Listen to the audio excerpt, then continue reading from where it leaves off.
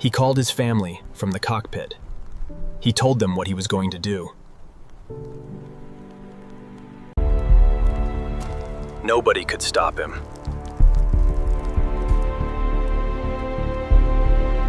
This is not a story about a plane that failed. The aircraft worked perfectly. The instruments were fine. The engines were running. The only thing that failed was the system that was supposed to catch what was happening inside the cockpit long before the plane ever left the ground. June 2026. Bend, Oregon. It started on a Tuesday evening. A family called law enforcement. Their father was airborne in a small plane above the area. They were worried about his mental health. He had called them from the cockpit. Some of the things he was saying alarmed them enough to dial 911. The Deschutes County Sheriff's Office dispatched negotiators. They tried to reach him. He refused. He only wanted to speak with his family.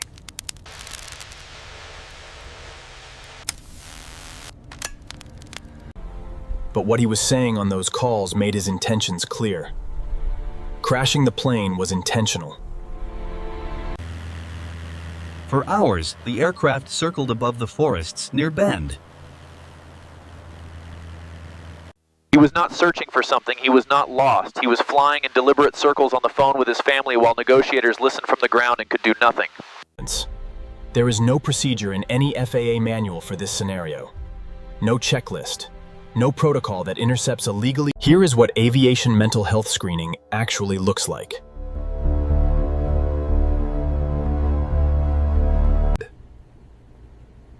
To hold a pilot certificate in the United States, you must pass a medical examination. The psychiatric component is largely self-reported. But a pilot who has not been diagnosed, who has not sought treatment, discloses nothing, because there is nothing to disclose. He had recently been charged with several counts of invasion of personal privacy. That charge was in the court system. It was on his record. The FAA was not automatically notified. His certificate remained valid. His aircraft remained registered. His access to the airspace above Bend, Oregon remained unrevoked. He flew for hours after his family called 911. He circled the forests near Shevlin Park. Then he pushed the aircraft into the ground at high speed.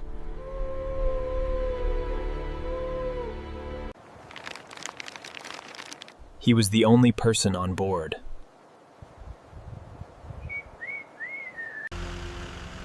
The FAA and the NTSB arrived to begin their investigation.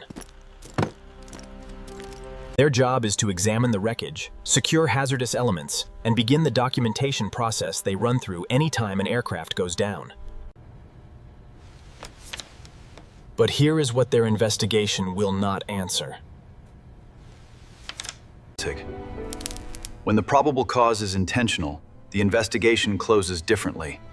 There is no design flaw to correct. What there is a system that knew a man was in legal trouble, a system where his family knew something was wrong, and a system where none of those channels communicated with each other. Court records and aviation records exist in separate systems that do not talk to each other. 2. A ground stop protocol for mental health emergencies.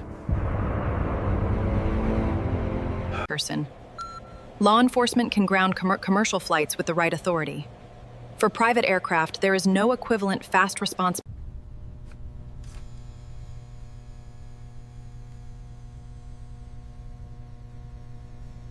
In the hours between the first phone call and the crash, the system had information. His family had information. Law enforcement had information. The FAA had no information at all.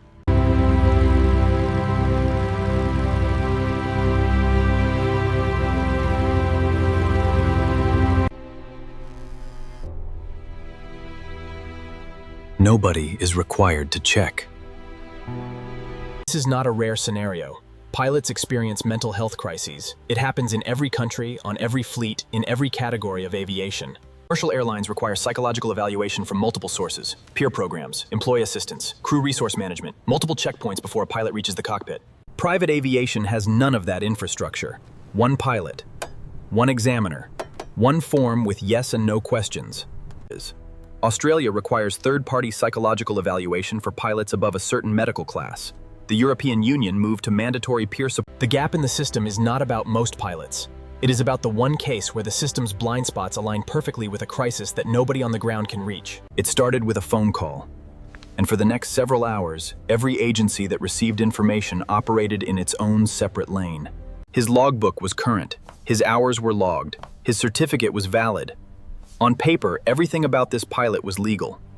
Aviation in America operates on trust. The pilot self-certifies. The examiner reviews what is disclosed. What is not disclosed is never examined. The psychiatric portion of the FA Medical is a series of yes and no questions. Have you ever been diagnosed? Have you ever sought treatment? Have you ever been prescribed? If the answer to every question is no, the form is clean.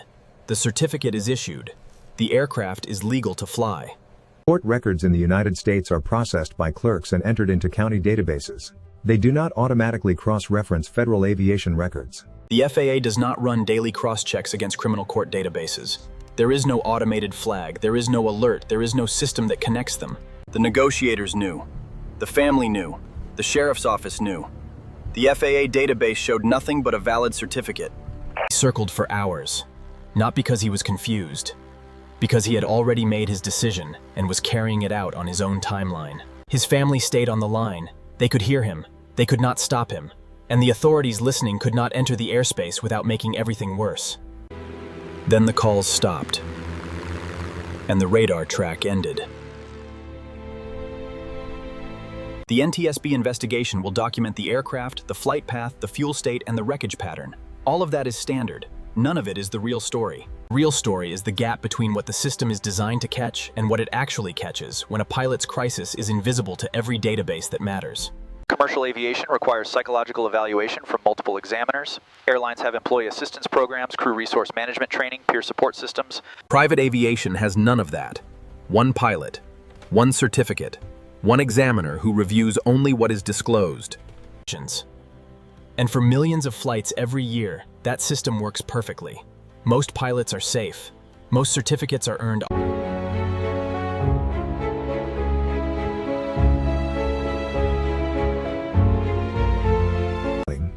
When the NTSB publishes its probable cause finding on this crash, it will note that the pilot intentionally crashed the aircraft. Because the NTSB recommends, it does not regulate. The FAA regulates, and the FAA has received mental health recommendations. This will not be the last time a pilot with a valid certificate makes a decision in the air that nobody on the ground can reverse.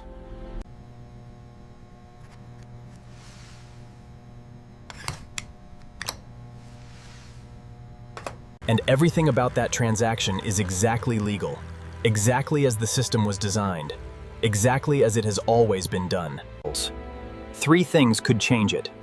None of them are in place, and the investigation that just began in Bend, Oregon will recommend at least his family knew something was wrong before he left the ground.